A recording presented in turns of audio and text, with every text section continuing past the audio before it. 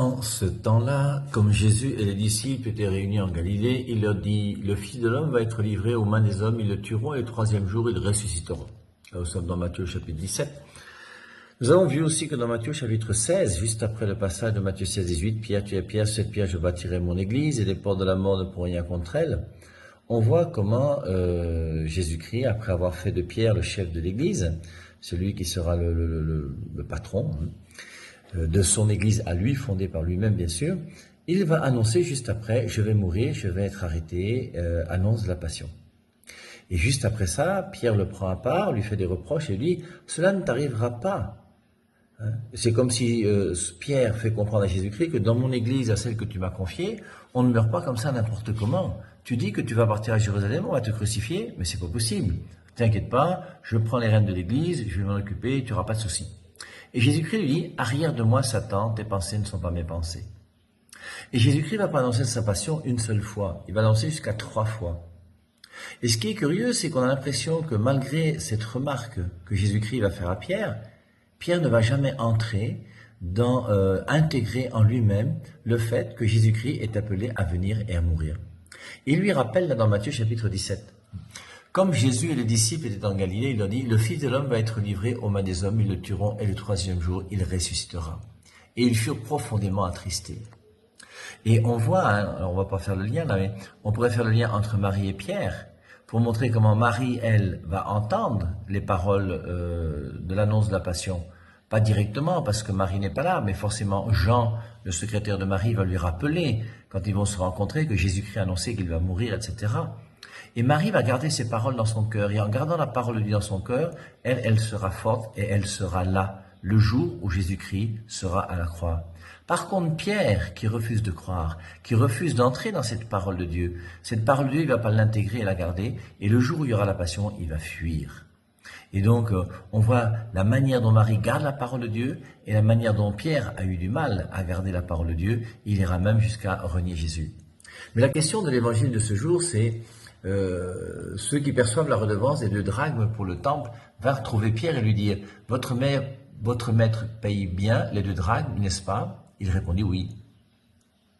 Et on voit comment on demande donc, est-ce que Jésus-Christ, votre maître, c'est quand même un docteur, c'est quelqu'un qu'on respecte quelque part, est-ce qu'il paye l'impôt au temple? Et alors, forcément, en payant l'impôt au temple, il montre que le temple est plus que lui, et qu'il est redevable du temple, et qu'il donne l'impôt au temple. Là, on pourrait réfléchir, nous aussi, sur notre dîme, notre manière. Nous acceptons de donner de l'argent à l'Église. On a lu samedi dernier, dans la 2e épître aux Corinthiens, au chapitre 9, que Dieu est suffisamment grand pour donner à ceux qui sont généreux envers l'Église, pour qu'ils puissent encore accomplir bien de bonnes œuvres, mais qu'ils puissent donner en toute conscience et en toute bonté, sans qu'on les violente d'une manière ou d'une autre. On donne généreusement selon son cœur, sinon c'est pas la peine de donner quelque chose. Et là donc, Jésus-Christ montre, Pierre va dire que oui, Jésus-Christ paye l'impôt au temple comme tout le monde. Mais après donc, lorsque Pierre entra dans la maison, Jésus prit la parole et le premier et dit à Simon, Simon, quel est ton avis? Les rois de la terre, de qui perçoivent-ils les taxes et les impôts? Forcément, les rois qui vivent dans leur royaume, dans leur palais, dans leur palace, dans leur château, sont des gens qui prennent l'argent de leurs serviteurs. Et c'est l'argent des serviteurs qui les fait vivre. Et c'est pour ça donc que Jésus-Christ est obligé de dire, oui, je paye la drachme, très bien. Je suis relatif au temple parce que j'accepte de payer l'impôt au temple. Mais Pierre, comprends bien, quel est ton avis? Les rois de la terre, de qui perçoivent-ils les taxes ou les impôts? De leurs fils ou des autres personnes? Pierre lui répondit, des autres. Et Jésus reprit, donc les fils sont libres. Et Jésus-Christ nous dit ça parce que s'il n'avait pas dit ça, on aurait pu utiliser ce passage pour dire que, regardez, Jésus-Christ pense lui-même qu'il n'est pas plus grand que le temple, puisque lui-même paye l'impôt. Et il fallait qu'il précise, je paye l'impôt pourquoi? Parce que je ne veux pas scandaliser ces gens-là, mais je suis plus que le temple. Et normalement, je suis fils, et en tant que fils, je ne devrais pas payer l'impôt. Les rois de la terre, de qui perçoivent-ils les taxes ou les impôts? De leurs fils ou des autres personnes? Pierre lui répondit, des autres. Jésus reprit, donc les fils sont libres. Mais pour ne pas scandaliser les gens, va donc dans la mer, jette l'hameçon et saisis le premier poisson qui mordra. Ouvre-lui la bouche et tu y trouveras une pièce de 4 drachmes.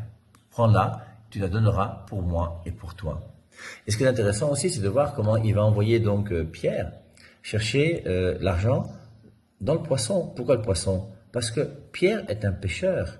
Et c'est à partir de ton travail que tu vas trouver de l'argent pour donner au temple.